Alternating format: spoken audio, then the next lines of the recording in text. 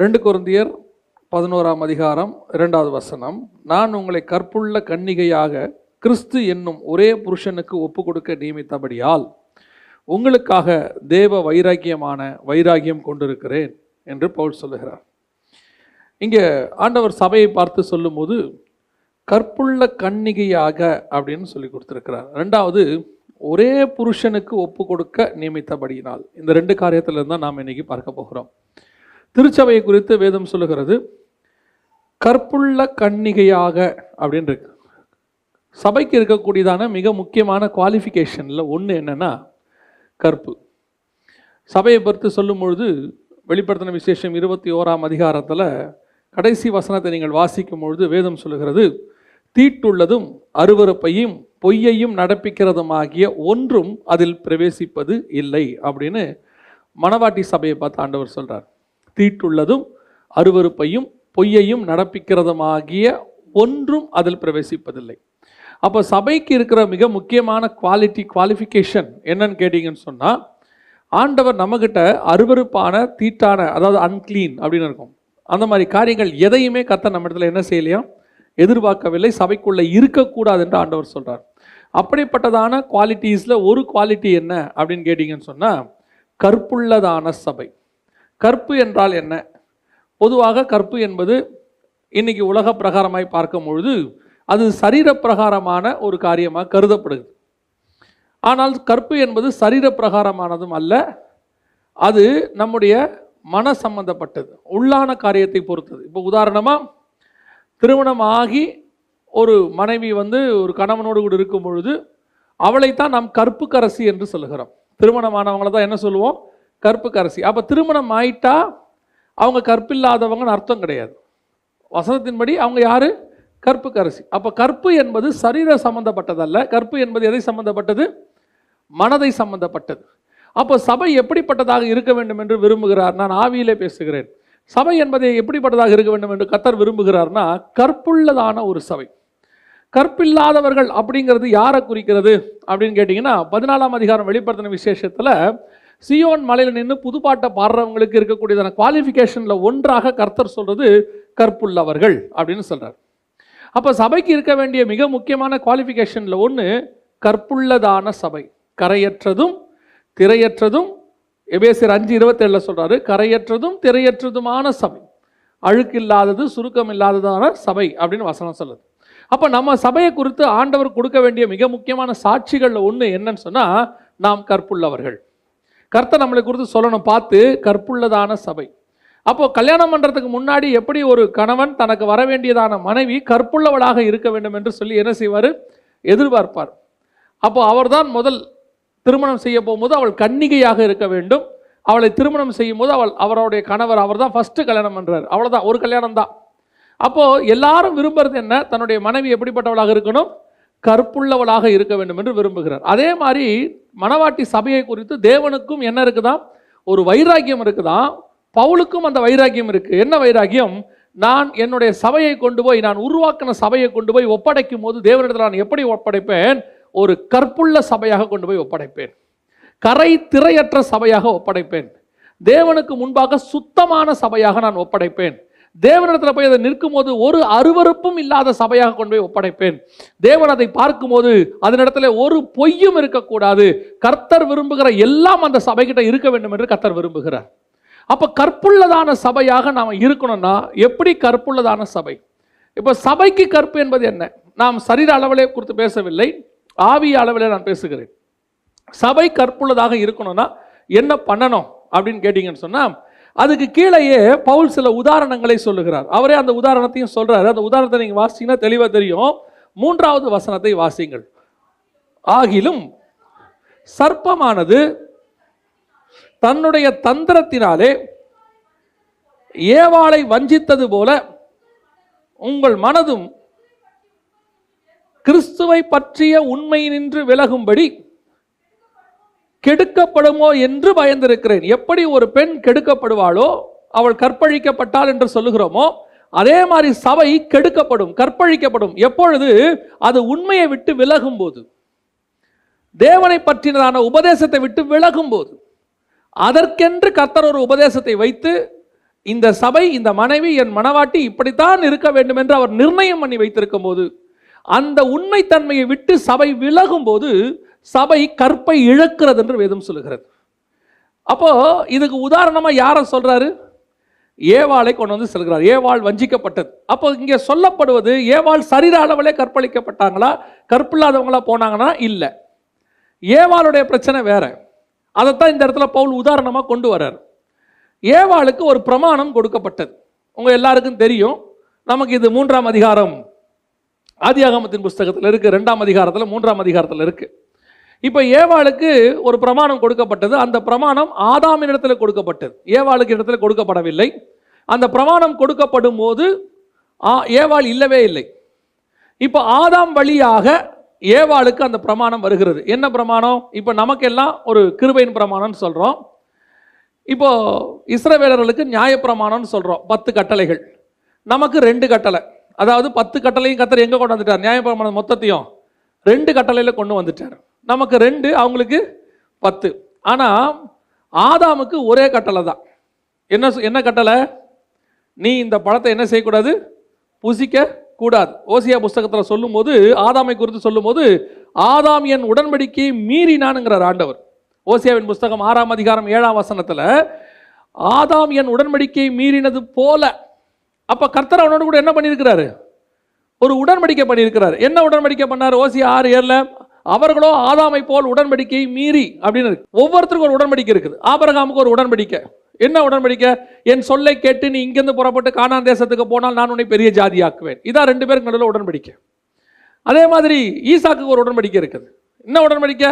நீ இந்த தேசத்தை விட்டு எகிப்துக்கு போகாமலும் இங்கேயே தங்கியிரு, நான் இங்கேயே உன்னை என்ன செய்வேன்? ஆசீர்வதிப்பேன். இந்த மாதிரி ஆண்டவர் உடன்படிக்கை பண்றார் பைபிள்ல. இப்ப ஆதாமோட உடன்படிக்கை இருக்குது. என்ன உடன்படிக்கை? நீ இந்த பழத்தை என்ன செய்யக்கூடாது? சாப்பிடக்கூடாது. இதை நம்ம ஒரு சம்பவமா மட்டுமே பார்த்துக்கிட்டு இருக்கிறோம். இப்ப நம்ம கிட்ட இருக்கிற பிரச்சனை என்னன்னா, பிரச்சனை அல்ல, நமக்கு சொல்லப்பட்ட விதம். நாம இதை ஒரு சம்பவமாவே பார்த்துக்கிட்டு இருக்கிறோம். ஆனா ஆக்சுவலா இதுக்கு பின்னாடி இருக்கிற ஸ்பிரிச்சுவல் விஷயம் என்னன்னா, தேவன் உண்டாக்கின முதலாவது சபை, ஃபர்ஸ்ட் சர்ச் யாருன்னா ஏவாள் தான் ஃபர்ஸ்ட் சர்ச். ஆதாம் அதற்கு தலையாக இருக்கிறார். கிறிஸ்து தான் சபைக்கு தலையாக இருக்கிறார். நாம் சபை சரீரமாக இருக்கிறோம். இப்ப நமக்கு அடையாளம் தான் ஏவாள், கிறிஸ்துவுக்கு அடையாளம் தான் ஆதாம். அதனாலதான் வசனம் சொல்லுது, 2ஆம் ஆதாம் ஆகிய 2ஆம் மனுஷன் இவர் வந்தார், அவர் முதலாம் ஆதாம். இப்ப இந்த ஆதாம் வழியாக ஒரு பிரமாணம் கொடுக்கப்பட்டது சபைக்கு. யாருக்கு? ஏவாளுக்கு கொடுக்கப்படுகிறது. என்ன பிரமாணம் கொடுக்கப்படுகிறது? நீங்கள், உங்களுக்கு இந்த பூமியில் எல்லா விதமான ஆசீர்வாதம் உண்டு, நீங்க எல்லாவற்றையும் புசிக்கலாம். ஆனால் ஒன்றே ஒன்று, இந்த பழத்தை மாத்திரம் என்ன செய்யக்கூடாது? விளக்கின கனியை புசிக்க கூடாது. இது பிரமாணம்.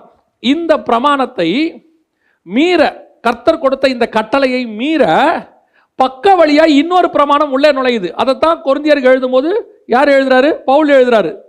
ஏவாள் வஞ்சிக்கப்பட்டது போல இப்ப இன்னொரு உபதேசம் வருது சபைக்குள்ள, ஏதேனுக்குள்ள, தோட்டத்துக்குள்ள வருது ஒரு உபதேசம். என்ன உபதேசம் வருது? அப்படியே நேர்மாறான உபதேசம். தேவன் என்ன சொன்னாரு? சாப்பிட வேண்டான்னாரு. இவங்க என்ன சொல்றாங்க? சாப்பிடலாங்கிறாங்க. ஏன் தேவன் சொல்றாரு சாப்பிட்டா சாவேங்கிறாரு, அவன் என்ன சொல்றான்? சாப்பிட்டா சாக மாட்டேன்னு சொல்றான். அப்போ தேவன் என்ன பிரமாணம் நமக்கு ஒன்று கொடுக்கிறாரோ, ஒரு சபைக்கு நமக்கு என்ன கொடுக்கிறாரோ, அதற்கு அப்படியே நேர்மாறான ஒரு பிரமாணம் சபைக்குள்ளே வரும். இந்த பிரமாணத்தை நீங்கள் கை கொள்ளுவீர்களானால் வசனம் சொல்லுது, நீங்கள் கற்பை இழக்கிறீர்கள் என்று வசனம் சொல்லுது. இதைத்தான் அங்க அவர் சொல்றார், நீங்கள் கற்பை இழக்கிறீர்கள். கற்புள்ள கன்னிகைனா என்ன? எனக்கு கொடுக்கப்பட்ட உபதேசம் இருக்கே, அது என் கணவனால, என் மணவாளனாகிய இயேசு கிறிஸ்துவால் கொடுக்கப்பட்டதான உபதேசம்.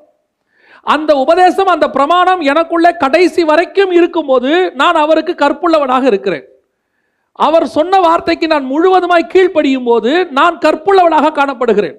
எப்பொழுது எனக்கு தேவன் என்னுடைய சபைக்கு, என்னுடைய ஊழியக்காரன் வழியாக ஒரு பிரமாணத்தை கொடுக்கும் போது, ஒரு காரியத்தை சொல்லும் போது, இதற்கு நேர்மாறான பிரமாணத்தை நான் ஏற்றுக்கொள்கிறேனோ, அல்லது வேறொரு காரியத்தை நான் அக்செப்ட் பண்ணி கொள்கிறேனோ, அப்பொழுது நான் கற்பை இழக்கிறேன். சபை என்ன செய்யுது? கற்பிழக்கிறது. இங்கே சரீர பிரச்சனையே வரல, ஆவியின் பிரச்சனை வருது. இன்னைக்கு நமக்கு இது ஒரு பிரச்சனையாவே தெரியல பாருங்களேன். இன்னைக்கு கடைசி காலத்துல இப்ப இந்த பிரச்சனை சபைக்குள்ள பக்க வழியா நுழைஞ்சிருக்கு. கொரிந்தியருக்கு எழுதும்போது அதான் பவுல் சொல்றாரு, நான் இவ்வளவு தூரம் உங்களுக்கு சொல்லிட்டு போனேன், வேறொருத்த வேறொரு உபதேசம் சொல்லும் போது நீங்கள் ஏற்றுக்கொள்ளுகிறீர்களேன்னு சொல்றாரு. இன்னைக்கு அதான் நுழையுது. இன்னைக்கு உங்களுக்கும் எனக்கும் கொடுக்கப்பட்டிருக்கிறதான பிரமாணம் என்பது கிறிஸ்துவின் மூலமாக கொடுக்கப்பட்டது, அப்போஸ்தலர் வழியாக நமக்கு கொடுக்கப்பட்டது. ஆனா இந்த பிரமாணத்திற்கு பக்க வழியான பிரமாணம் ஒன்று வந்திருக்குது.